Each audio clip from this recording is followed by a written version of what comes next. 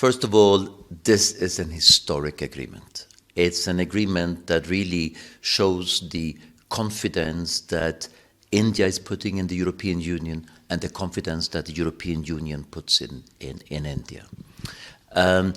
For Sweden, with a strong presence already in India, this is going to open new doors for all those actors that are not already here. It lowers all the thresholds to deal with India and for India to deal with Europe. So we see a lot of new opportunities coming up for our companies, for the big companies, but especially also for the small and middle-sized companies. And we all know it's in the small and middle-sized companies that employment is created. That's where a lot of the creativity, the innovation is happening. So this will be also a trigger for a much more innovative, a much more interactive relationship between my country and India, between the European Union and India. I think it will benefit them enormously. First of all, the signal value of concluding this agreement, what we saw the other day between your Honourable Prime Minister, your President, and the High Representatives of the European Union, of the European Commission, is a signal that we have confidence in one another. That's a signal to Indians, to Europeans, but it is a signal to the small and middle-sized companies. We have 400 Swedish companies already in India. 7% of all the European EU companies in India are Swedish. With this, there is a signal to those who are not yet here that this is a market they should look at, this is where they should invest, this is where they should manufacture, this is where they should develop new products. But we must not forget that it's not only a signal to the economic actors, to the SMEs, etc. on both sides. It's also a signal to our scientific technology partners. It's an invitation to cooperation. It's an invitation to create the centers of excellence, etc., to do it in India, with India in Europe. You know, we have a very broad engagement with India. All the sectors you mentioned, Sweden is there. I think that I could mention household names that most Indians will know, be it in automotive, be it in IT, be it in pharmaceuticals. So actually, all these sectors that are included in the agreement will be beneficial for our relationship. We also see, and I think that's important, this is a two-way street.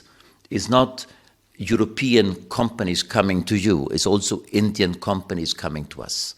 We have already 75 to 80 Indian companies that have invested in Sweden. Some of them with big investments. We had an investment in Gothenburg just a few months ago, 1,500 employees. So this goes in both ways. This is not about trade only. This is about creating jobs, creating value for both sides. Definitely, when investments come about, be it in Sweden or in India, that creates jobs. And, you know, I talk very often about the intellectual remittances of our exchange.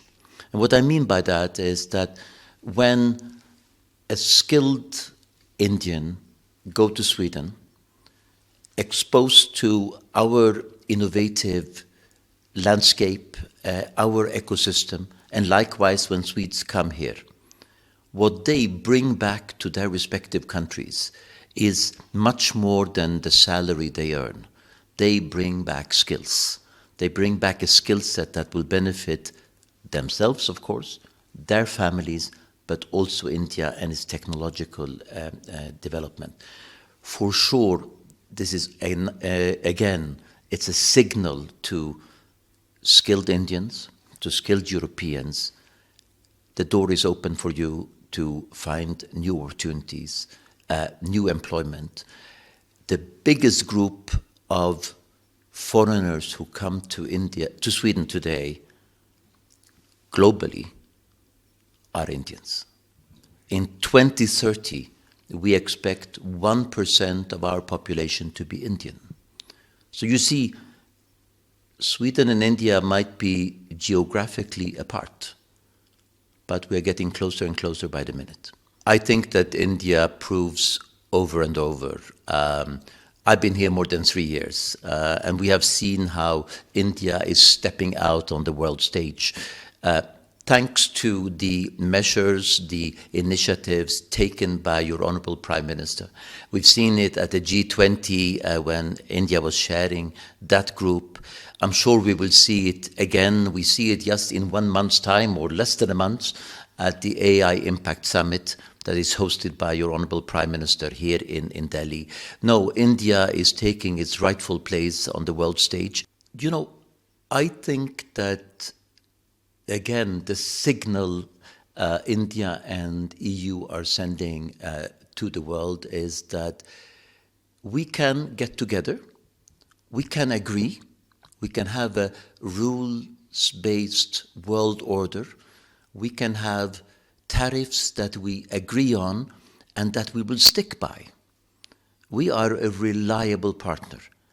India is a reliable partner for us. So I think that the volatility, the uncertainty, I think we all live under. This is proof that the opposite can also work. Sweden is in favor of reform of the UN system. And we feel that India, in such a reformed United Nation, have a rightful place at the table at the Security Council.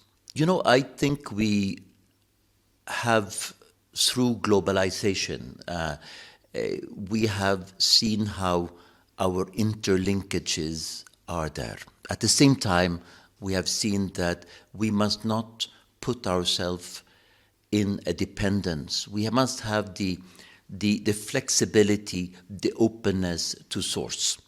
So when we have a free trade agreement, in the sense of that is very much also that you secure your supply routes. We see Swedish companies, 400 of them here in India, that they are here to manufacture for India, for sure, but also for the world. And in that sense is the supply route a concept that you mentioned. I'm so happy that you asked this, because this is something that we have been exploring over a number of years. Since I got here, we've had every year 17 or 15 Swedish universities coming here. They're coming here to attract talent from India. India has a richness of talent, youth that are showing creativity, innovation.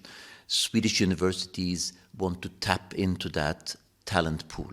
We will see more and more of that. We are trying to attract those who come for postgraduate studies or for doctoral degrees.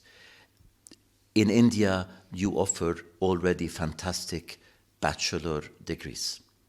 What we can offer to those who have already that basic training is to get an exposure to what we stand for. Maybe specialties, it can be in green transition, it can be in connectivity, it can be in other fields where we feel that we can bring an edge to India. If we have managed to become the top innovative country within the EU and one of the top innovative countries in the world, with a population of 10 million. Can you imagine what India can become? 1.5 billion people. So with a concept, not of course completely translated, we are different, but inspired by one another, we can bring something to India that will create the new jobs, not only in the old industries, but in the new industries.